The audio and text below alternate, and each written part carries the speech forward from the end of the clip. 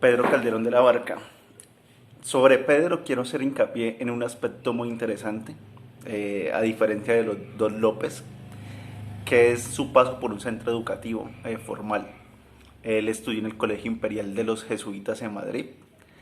y en este espacio se pudo familiarizar con los poetas clásicos latinos, caso por ejemplo más destacado de Virgilio, digamos en todo este momento romano, conocer los griegos en cierta medida, eh, tener influencia de diferentes autores, poderlos leer, o sea, digamos, era desde su niñez, digamos, ya tenía el aspecto de la escritura y la lectura en su vida, cosa muy interesante que a diferencia de los dos López que vienen de familias artesanas, no tuvieron el acceso a la educación de manera fácil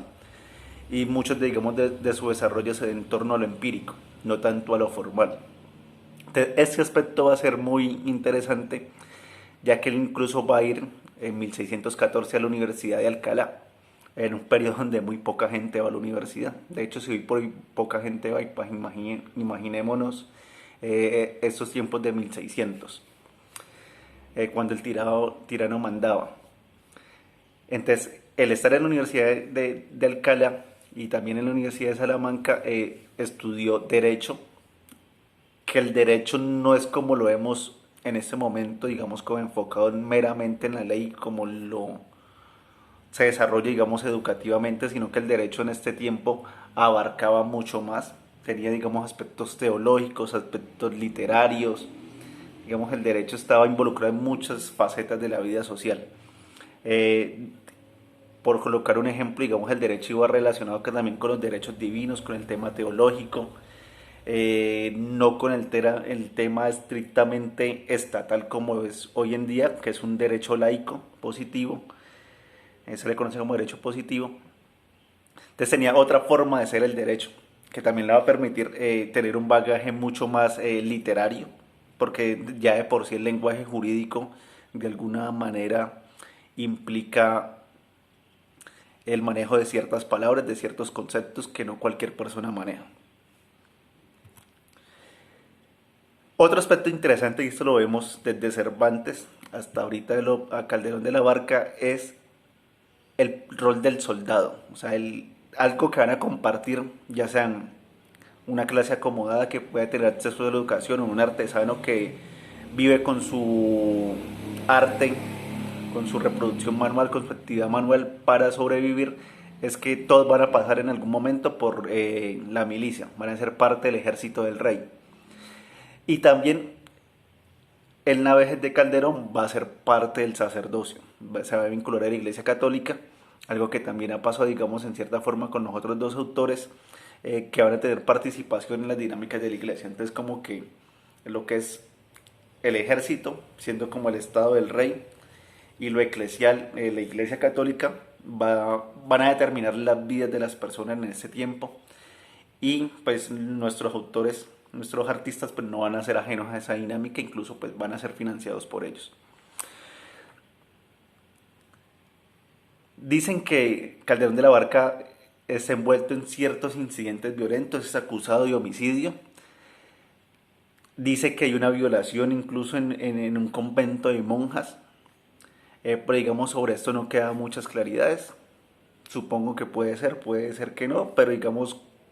de alguna manera u otra, este hecho, ya sea verdad o no sea verdad, porque digamos va a ser conocido, va a marcar de alguna manera a Calderón de la Barca. Pues creo que una acusación de homicidio, de violación, y digamos un posterior juicio, pues influye en la vida de las personas. De la vida militar no se habla mucho, se sabe que estuvo en algunas campañas, digamos, si estuvo en batalla, estuvo, digamos, en terreno combatiendo contra otros ejércitos, no sabemos en qué medida, si hay el frente de los primeros que uno ve en las películas que los mandan a morir, o si son los últimos que llegan a rematar los que están tirados en el suelo, pero el caso es que estuvo y tuvo su experiencia militar, o sea, de alguna manera u otra, podemos decir que él pudo haber matado a alguien. Y todo esto en aras pues, de defender la corona, digamos, de defender también esa institucionalidad que él de alguna u otra manera la avala. Hay un punto de este ejercicio militar que él va a tener su retiro en el 42 y dice que va a ser la parte en que él va a dedicar más tiempo al tema de la literatura y el tema del teatro. Y va a ser en el servicio del duque de Alba. Entonces de ahí como que él le va a dar las condiciones, como que vea, esté tranquilo, tenga sus condiciones materiales satisfechas y dedíquese a creer, de alguna manera. En 1651 tiene órdenes sacerdotales y se va de Madrid a Toledo y se vuelve un capellán. Entonces va a tener ahí su comunidad religiosa, pero no va a abandonar el desarrollo teatral ni la escritura. O sea, como que estos dos periodos del 42 en adelante, digamos como que es el periodo en el que él saca su arte a florecer, pese a que antes ha escrito otras obras, entremeses, prosa literaria, va a tener ese espacio ya como para él, para desarrollarse artísticamente, y no va a estar con, digamos, con los afanes de la vida cotidiana y de sus trabajos. Entonces, por ejemplo, en el 23, antes de cuando estaba en el mundo de la milicia, escribe sus primeras comedias y Felipe VI, el rey, lo convierte en un cierto momento en dramaturgo oficial de la corte. Pero es en el 42 donde el man despliega ya todo su bagaje artístico, digamos como que esta fase es preparatoria, formativa, o sea, es como está en el campo del arte, pero no está en el campo del arte, pero digamos en un marco de aprendizaje. Si bien el man es muy bueno, porque pues, para llegar a ser uno el dramaturgo oficial de la corte, pues no debe ser nada fácil, más con la competencia de la época. Eh,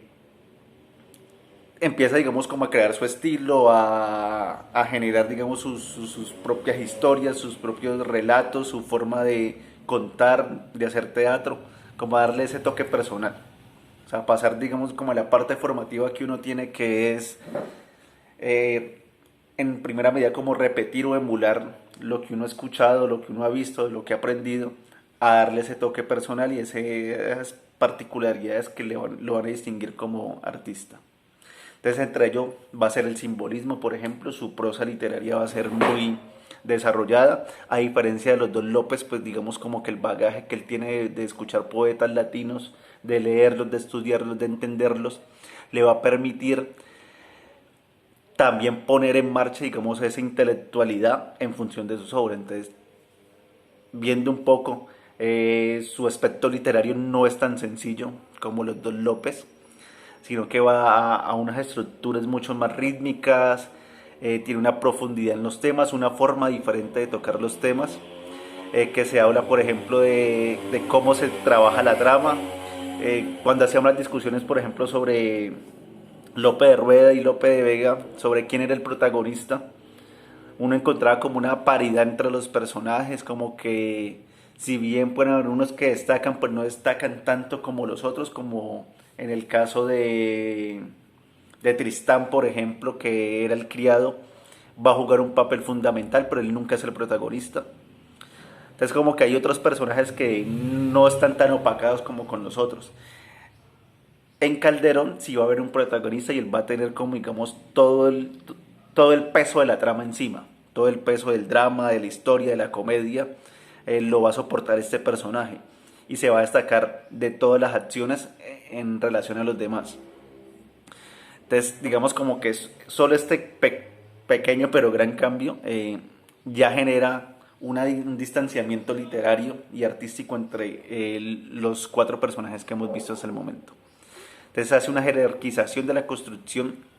del drama y crea otra vez, bueno, retoma el tema del héroe como el protagonista de la historia, como en algún momento lo hicieron los griegos, y entonces este teatro va a tener un héroe en el cual el público se va a sentir representado o no, y va a estar rodeado por simbolismos literarios que le van a permitir, digamos, llegar a clases mucho más altas. Digamos, no va a ser un teatro para el vulgo. Pues digamos, hacer ya teatro en la corte ya implica tener un cierto nivel de academia. No es como que hagamos reír a la gente, sino que digamos ya los duques, los marqueses, digamos toda esta gente cortesana que tiene, que ha podido estudiar, que tiene bagaje, que habla idiomas, que ha salido del país, pues va a querer un cierto nivel de desarrollo artístico y un cierto nivel de intelectualidad que el Calderón de la Barca se lo da. Entonces, a manera de finalizar, pero ya es un poco ahorita explorar con el tema de la lectura dramática, estos simbolismos del cual nos hablan en su literatura, ver cómo se desarrolla, ver el papel del héroe, quién es el héroe, quién es la heroína, quién es el villano, porque pues también tiene que haber un contrapeso. Y interesante ver que